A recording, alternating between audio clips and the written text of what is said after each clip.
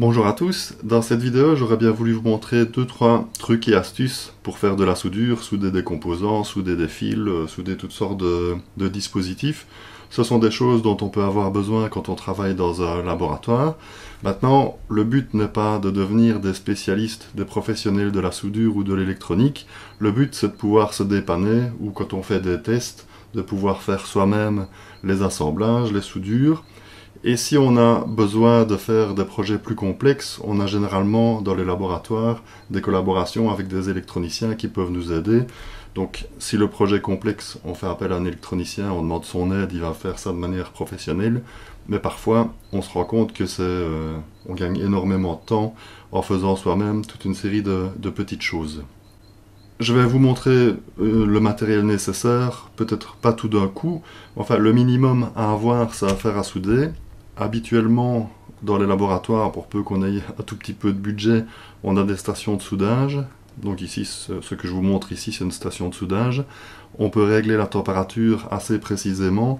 Et ce sont des fers à souder qui sont vraiment prévus pour l'électronique, avec éventuellement des pannes. Donc le bout, on appelle ça une panne, qui peut être très fine. Et il peut y avoir toute une série de pannes de formes différentes. Et un avantage aussi des stations de soudage, c'est qu'elles sont conçues pour ne pas abîmer les composants sensibles, même en termes électrostatiques. Donc les fers à souder sont conçus pour qu'il n'y ait pas de décharge électrostatique au moment de la soudure. Ceci étant dit, si vous avez envie d'acquérir un fer à souder, bon, je ne vous invite pas à nécessairement acheter une station de soudage professionnelle. J'ai vu sur internet qu'on trouvait des stations de soudage à des prix tout à fait corrects, quand même, tout à fait abordables, mais un fer à souder tout simple conviendra très bien pour faire tout ce que je vais vous montrer ici. Si vous achetez du matériel, évitez quand même le magasin de bricolage vraiment super basique, comme on peut trouver dans les centres commerciaux ou au coin de la rue, parce que généralement le matériel ne convient pas vraiment pour l'électronique.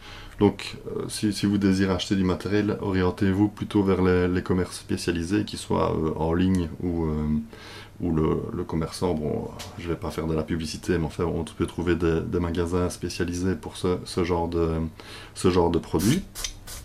En plus du fer à souder, ben, le minimum à avoir c'est de l'étain. En réalité ce n'est pas de l'étain pur, loin de là c'est un alliage qui contient différents métaux, mais aussi ce qu'on appelle du flux. C'est une substance chimique qui permet à l'étain liquide de bien couvrir les surfaces, d'aller aussi dans les interstices. Donc ça, je vous préviens tout de suite, quand on fait fondre ce genre de choses, donc l'étain, oui, déjà, si vous voulez, si vous êtes amené un jour à devoir acheter ou commander de l'étain, pour l'utilisation d'électronique, de nouveau, il ne faut pas prendre ce qu'on trouve dans les magasins de bricolage, parce que c'est beaucoup trop gros généralement pour faire de l'électronique. Ici, le diamètre, c'est 0,7 mm. Il faut essayer de ne pas prendre plus que 1 mm de diamètre, sinon c'est vraiment très gros et on n'arrive pas à le manipuler correctement. Donc quand on va faire fondre cet alliage, il va y avoir de la fumée qui va se dégager, et ça, cette fumée, elle n'est vraiment pas bonne pour la santé. Si on est amené à souder régulièrement, il faut un système d'aspiration et de filtrage. Si on soude occasionnellement, il faut quand même faire attention de ne pas avoir le nez au-dessus de ce qu'on soude, et il faut essayer de faire ça dans un local aéré. Donc faites quand même attention à ça. La première chose que je vais faire, c'est que je vais souder quelques composants sur ce qu'on appelle un PCB. Donc c'est un circuit que celui-ci je l'ai dessiné, donc on peut apprendre relativement facilement à l'heure actuelle à dessiner. On utilise des logiciels de dessin, mais qui sont spécialisés pour l'électronique. On met les composants, etc., on les connecte entre eux. Et puis on peut les faire soi-même, les produire soi-même, mais c'est bon, fort de la chimie, un procédé entre la photographie et la chimie. On ne fait plus beaucoup ça soi-même, c'est des produits qui font des tâches qui sont potentiellement aussi pas très bons pour la santé. Donc ce qu'on fait, c'est qu'on les fait faire maintenant, on envoie le fichier chez un prestataire de service qui le fait, et certains font ça pour des prix défiant en toute concurrence. Donc ceux-ci je les ai fait faire, et puis on les reçoit, et il faut souder dessus les composants électroniques. On peut aussi avoir des plaques comme ceci qui sont tout à fait universelles, avec des trous et des connexions qu'on peut faire soi-même, un peu comme les breadboards que vous avez déjà utilisés, mais en soudure. Donc souder des composants, c'est quelque chose qu'il est quand même bon de savoir faire. Donc la première chose à faire ici, ce sont des composants, on appelle ça des composants traversants, donc ils vont passer au travers de trous et être soudés. Ils sont utilisé de moins en moins souvent. Maintenant, on utilise beaucoup des composants en surface qui peuvent tout à fait être soudés avec ce type de matériel, mais là, par contre, ça demande beaucoup de dextérité et surtout d'entraînement.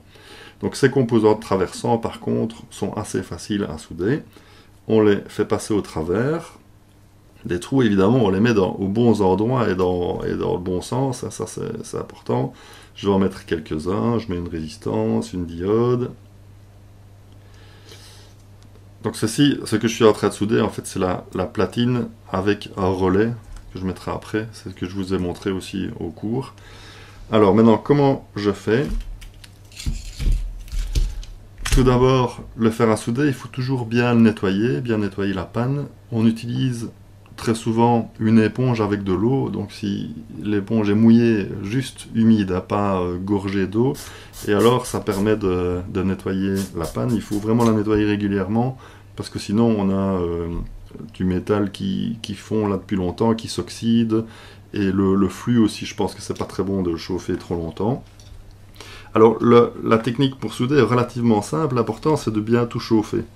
Donc on vient mettre la panne contre le composant et contre l'endroit où on va devoir avoir de la soudure, et puis on vient simplement mettre de l'étain, juste ce qu'il faut, et puis on enlève le fer à souder, et on a juste ce qu'il faut. Il faut que l'étain ait bien épousé la forme. On utilise d'ailleurs beaucoup la capillarité, en fait on fait de nouveau de la physique quand on fait ça. Donc je mets d'abord le fer à souder, j'attends que ça chauffe un petit peu, et puis seulement je viens mettre l'étain tout doucement, juste la quantité qu'il faut. Donc je fais ça aux différents endroits.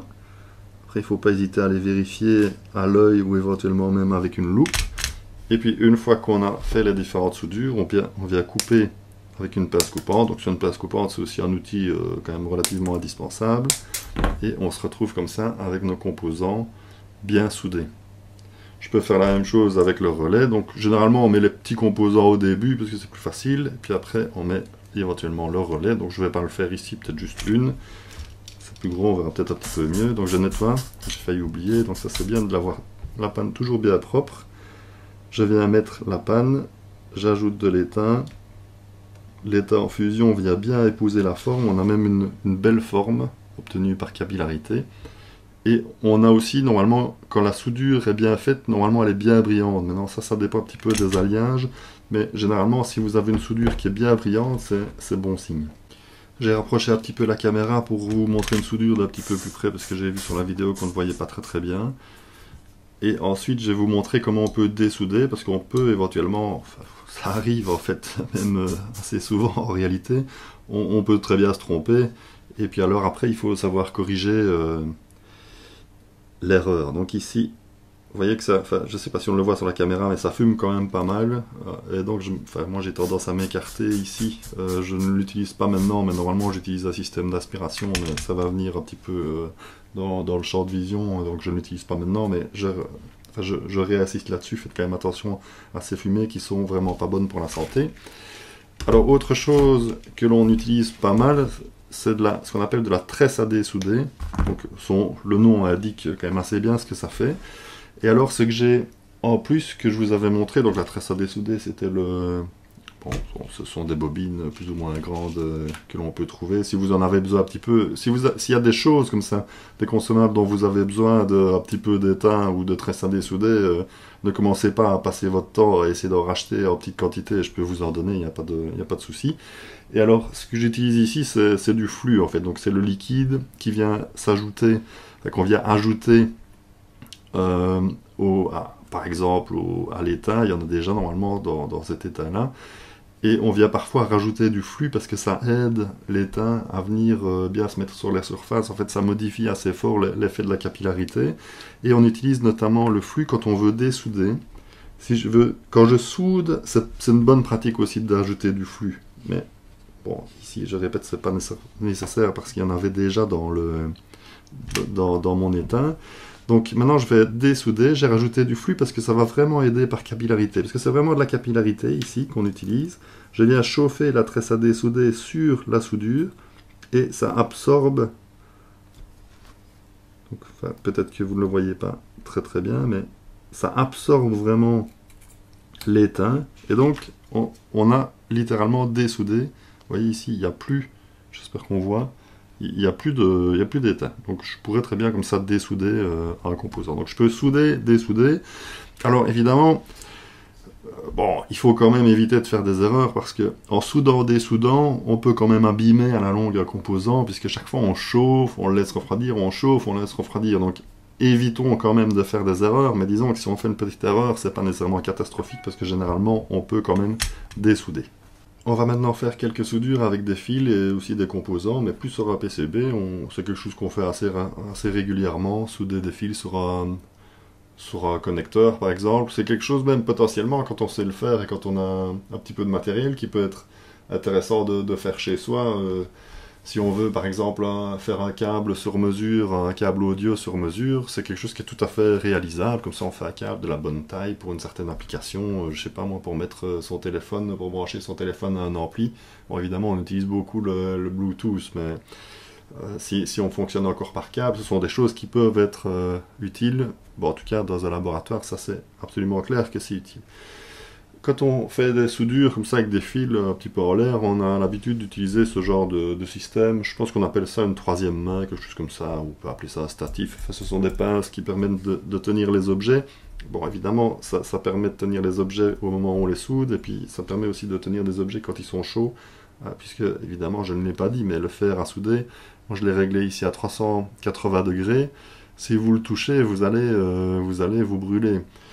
Bon, il se fait que ça... Bon, comme c'est d'assez petite taille, disons, vous attendez pas à mourir quand même si jamais vous vous brûlez avec un petit fer à souder comme ça. Mais bon, ça fait quand même pas du bien. Alors j'ai une petite diode, toute simple, une diode 3 mm, que par exemple j'ai envie de brancher sur mon Arduino. Vous avez deux pins, deux connecteurs, il y en a un grand et un petit. Le grand c'est le plus, je vais le couper et l'idée c'est de venir souder sur le plus une résistance, puisqu'une diode LED on ne peut pas l'alimenter directement sur une alimentation, il faut limiter le courant, donc il faut toujours une résistance. On trouve parfois des LED avec des résistances intégrées, mais bon ici c'est vraiment une LED tout à fait classique. Oui, alors si je veux souder ça à ça, toujours, ou je ferai la même chose après avec des fils, il faut toujours étamer avant les différentes parties qu'on soude. Donc je vais étamer ce côté-là, donc je le recouvre d'étain, et je vais étamer aussi l'autre côté, enfin l'autre composant. Voilà, ça c'est important de toujours le faire. Si vous ne le faites pas, vous verrez que vous aurez des soucis. Alors, mes deux côtés sont étamés. Je vais essayer de faire en sorte que ce soit le plus droit possible. Je vais maintenant, donc toujours bien propre, la panne, je vais ajouter de la soudure. Je vais venir placer, donc attention que ça pourrait être chaud, mais normalement ici il n'y aura pas de problème. Et puis je viens mettre la soudure. Et de nouveau, on est souvent fortement aidé par la capillarité. Donc c'est par capillarité, l'étain en fusion est vraiment allé se mettre un petit peu partout. Et là, on a une belle soudure qui a l'air bien homogène. Alors, généralement, c'est pas compliqué. Alors, évidemment, il y a des critères pour les soudeurs professionnels. Il y a des critères plus évolués, mais généralement, pour du bricolage entre guillemets ou des soudures faciles, la règle est simple, une belle soudure généralement est bonne, une soudure moche généralement, en plus d'être moche, elle ne tiendra pas souvent. C'est une règle un petit peu bête, mais ça, c'est déjà, disons, une première manière d'aborder les choses.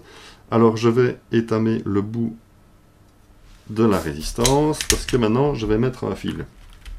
Alors la convention habituelle c'est de prendre du rouge pour le plus. J'ai un fil, c'est-à-dire un conducteur avec autour un isolant, souvent du plastique. Il faut que je le dénude au bout. Moi j'utilise ce petit dispositif pour dénuder. Donc il existe plein de sortes de dispositifs pour dénuder. Je vais vous en montrer un autre, bon, qui est peut-être un petit peu plus gros, mais qui marche aussi. Ok, donc il y a plein de dispositifs qui permettent de dénuder. Je ne vous cache pas que de temps en temps, quand je n'ai pas de dispositif sous la main, je le fais avec mes dents, mais c'est absolument pas du tout conseillé de faire ça comme ça. Et on peut éventuellement faire avec un cutter, etc. Mais c'est pas non plus l'idéal. Donc rien de tel qu'une pince à dénuder. Alors, je veux souder mon fil, mais même chose. Je dois, et lui en particulier, c'est d'autant plus important. Alors j'ai fait des gestes sans expliquer. C'est un fil multi-brin, c'est plat de petits brins. Je commence par les torsader.